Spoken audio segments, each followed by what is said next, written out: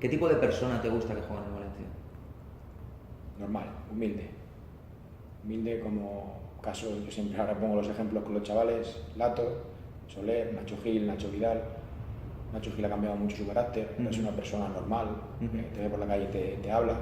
Esas personas son las que aquí en el Valencia yo creo que tienen mucho futuro, tienen mucha proyección y hoy en día con todo lo que rodea al jugador, al niño, al futbolista, esas personas también tienen más inteligencia a la hora de tomar esas decisiones cuando pueden verse envueltos en cualquier historia de redes sociales, cualquier filtración, que a veces no le ven el peligro.